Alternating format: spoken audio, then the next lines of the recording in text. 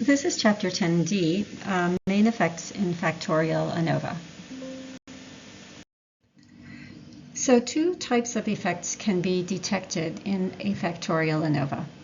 First of all, we can detect main effects, and that's just the effect of one factor on the dependent variable regardless of the effects of any of the other factors. So, for example, a medical study might find that a medication is effective regardless of whether a patient is male or female, and this would be considered a main effect of medication. We can also detect interaction effects, and that's the effect of one factor may differ according to the conditions of another factor. And an example of this is a medical study might find that a medication is more effective than males than for females. This suggests that there's an interaction present between medication and gender. There's going to be different responses to the medication depending on gender. So how do we detect main effects? Graphs and tables can be examined to detect main effects, and I'll show you a couple of graph examples here. So first off, we can use bar graphs, and there's a couple things we can observe. So we can observe the bar clusters as you see circled on the right. And we can just ask, are both bars in one pair or cluster inside one circle here higher than both bars in the other pair or cluster? In this case, we see that they are, so we could say that there's a main effect there, but we'll look at this more closely on the next slide. I'm just showing you that we would be looking at these clusters and comparing to see if both bars in one are taller than both bars in the other. And the second thing we can do is observe the bar colors. And we'd want to see, are both of the orange bars taller than both of the blue bars? And if so, then we also have a main effect. We can also look at line graphs. So line graphs might look like this. And what we would look for is first we'd observe the colored lines, and we just see, is one line completely above the other line? If so, we have a main effect. And observe the points. Is one set of points higher than the other point? And in that case, if it is true, we'd also have a main effect in that category. So those are the kinds of things that we look for. Of course, we would always have to do statistical testing to know whether the main effect is statistically significant. So let's look for main effects in this example. These are the same images we saw in the previous slide. So this is a 2x2 ANOVA examining the effects of evening screen time and evening caffeine use on sleep disruption. So our dependent variable is sleep disruption, and factor 1 is evening screen use, high versus low. Factor 2 is evening caffeine, high versus low. And we see these four possible combinations in those four bars. So the main effects, first off, is there a main effect of screens? And the answer is yes. And how can we tell? Well, the screens are represented in the bar colors, and we can see that the orange bars are higher than the blue bars in each bar pair. And I don't need to have arrows. You can see that quite clearly. Orange is higher than blue in both pairs. There's a main effect of screens. Is there a main effect of caffeine? For that, we have to look at these clusters or pairs. So I say that it's likely. The bar pair for caffeine use is slightly higher than the bar pair for no caffeine use. That is to say, both bars over here in caffeine are a little higher than those in no caffeine.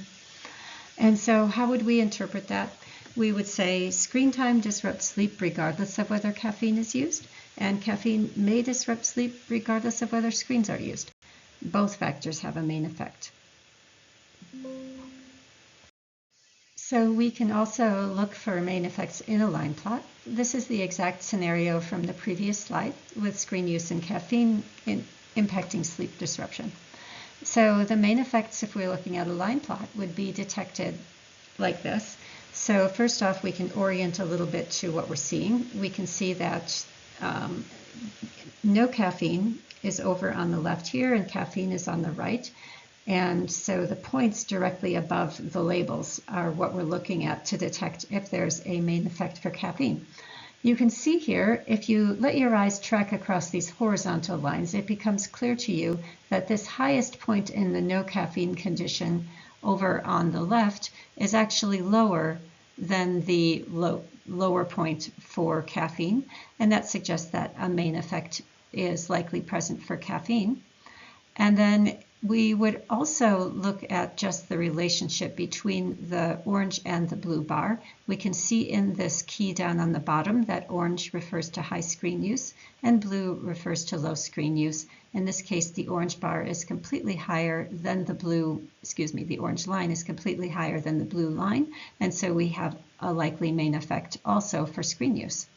And so we would just interpret this by saying screen time disrupts sleep regardless of whether caffeine is used, and caffeine disrupts sleep regardless of whether screens are used. Both factors, if significant, have a main effect. So let's look at another example. How do exercise and meditation affect memory recall? So we have two factors. So factor one, we have 10 minutes of exercise, just a straight up yes or no, it's either present or absent. Factor two, we have 10 minutes of meditation, yes or no, and our dependent variable is memory. So we find in our data that we have a main effect of meditation, and we can look at this in a bar graph. And in this case, orienting to the graph, we can see that the colors of the bars represent the meditation factor, and the clusters of bars represent the exercise factor. And so we can see here that we have a main effect of meditation because in both clusters, the blue bar is taller than the orange bar. We can see that in the left, blue is taller than orange, and the same is true in the right. However, there is no main effect for exercise. We would need, if we had a main effect for exercise, we would need both the blue and orange bar in this left-hand exercise condition to be higher than both the blue and orange bar in the no exercise condition. This isn't the case, and so we don't have a main effect for exercise here. We can also examine this in a line plot. So here, orienting to it once again, the color of the lines is representing the meditation factor, and the cluster of points are representing the exercise factor. And we can see, because the orange line is higher than the blue line, that we do have a main effect for meditation. But we can also see that since both of the points over here in the exercise condition aren't higher than the ones on the left here in the no exercise condition, we don't have a main effect there. This orange, upper orange point with the 12 in it in the no exercise condition is higher than this lower blue point in the exercise condition with only a 10. We would need both of these on the right to be taller than both of these on the left to detect a main effect.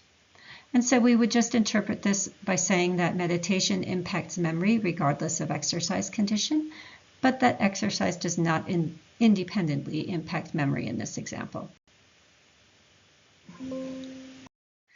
Another example, example 3, we're looking at accuracy, I've titled it, and we're looking at noise level by task difficulty on a problem-solving accuracy.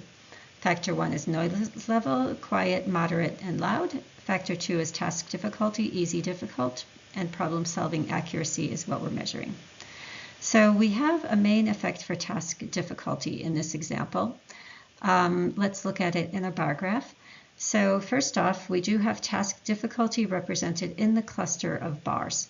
And we can see that all of the bars in the easy task are higher than all of the bars in the difficult task. And we would expect that it's easier for people to get the answers right in an easy task. In the noise level, which is represented in the colors of the bars, we don't see that a pattern of, say, blue being higher than orange being higher than green, or we don't detect any pattern that's the same in these two clusters, and so we can't detect a main effect for noise level. We can also observe this in a line plot. And we can look at first task difficulty. We can see on the key on the bottom that the color of the line is what's representing task difficulty. And we can see that the blue line is above the orange line in each of these noise conditions. So because it's consistently higher, we can say that we have a main effect for task difficulty. Noise level, we have no consistent relationship in the pairs of points. That is to say, we don't see, any of these sets of pairs being higher than any of the pairs of points inside the circle being higher than any other pairs of points inside the circle. So example 4, we're looking at the effect of social media exposure and personality type on self-esteem. Factor 1 is social media exposure, low versus high daily usage. And factor 2 is personality type, introvert versus extrovert. The DV is the self-esteem score on the Rosenberg scale. And we'll first examine this through a bar graph. So orient to it a little bit before you draw a conclusion. We can say that exposure to social media is indicated by the blue and orange bars, and the clusters of bars represent introversion and extroversion. So for personality, we have no main effect. The bar pair for introverts is not higher than both bars for extroverts. So we don't have a main effect there. For social media exposure, we do have a main effect. That's represented in the color of the bars, and we can see that blue is higher than orange in both pairs. We can also examine this through a line plot. And here, orienting toward it again, we can see that the color of the lines represents exposure, and the columns of points represent personality type. And so once again, we see there's no main effect. We don't see both these points for introverts being lower or higher than both points for extroverts. But however, we do have a main effect for social media, seen in that the blue line is higher than the orange line in both clusters. So here we're going to look at the last example, and it's a little more complex. Diet type and exercise and gender on weight loss, with diet type as factor 1 in low carb and Mediterranean conditions, exercise in factor 2, present versus absent, and gender, male versus female, as factor 3. I did address in an earlier lecture why we still dichotomize male versus female. Our dependent variable, weight loss, is pounds lost after 8 weeks. So for our results, let's look first at this bar graph, and we'll take a moment to orient to it. Low carb is represented in the blue bars and Mediterranean in the orange. The left-hand cluster represents males, and exercise and no exercise are within the male category. And on the right, we have females, also divided by exercise and no exercise. So first off, we do see a main effect for exercise. We see that the bar pairs for exercise are higher than the bar pairs for no exercise in both diet types, and also for males and females. We do seem to have a main effect for gender, which we would expect. The left bars male are higher than the right bars female, which is not surprising given that men on average weigh more than women. And we don't see anything really going on for diet. There's no really any pattern between the orange and blue bars. We don't see one being consistently higher than the other. And we can look at the same thing in a line plot. Here we can see the effects of the diet are in fact almost non-existent, so that one line is almost completely covering the other. But looking at it more closely, once again, male and female represented on left and right, with exercise breakout in between those. And so we can see here that the points for exercise are above the points for no exercise in both lines. We also have this relationship for gender, with the left points representing male above the right points for female. And diet type, we see no difference between the orange and blue lines. They're lying atop each other. And so we can conclude that there are main effects of exercise and gender on weight loss. So just a couple of examples that you'll be seeing in your quiz. What do you observe here? And so I recommend you actually stop this video and see if you can predict. And so stop now, and when you're ready, this is what I see.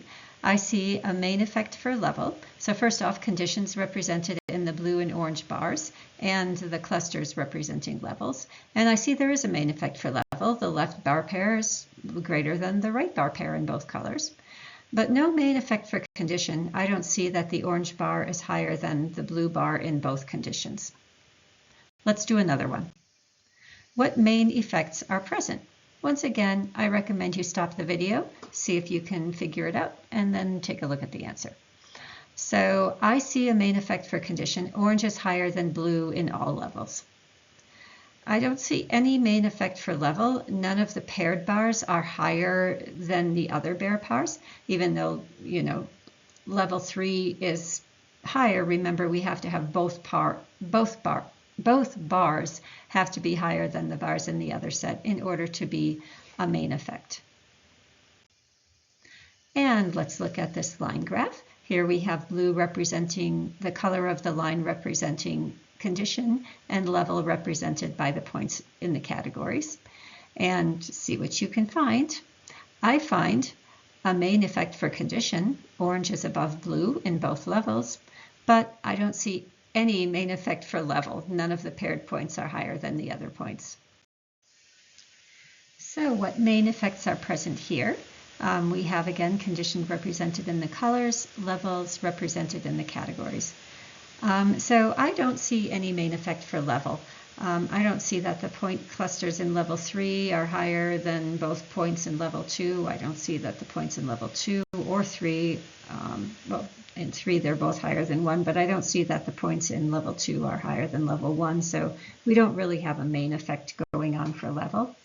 We do have a main effect for condition. The orange line is higher than the blue line in all 3 levels. So to summarize, main effects suggest that one factor impacts the dependent variable regardless of the conditions in the other factors. So we can detect that in a line graph by asking, is one line consistently higher than the other line? This would indicate a main effect. Or are the points for one level consistently higher than points for other levels? We can also look at a bar graph, and we would see main effects by asking, is one bar color consistently higher than the other bar color or colors? Or is one bar cluster consistently higher than the other bar clusters? So you're ready now for the practice quiz.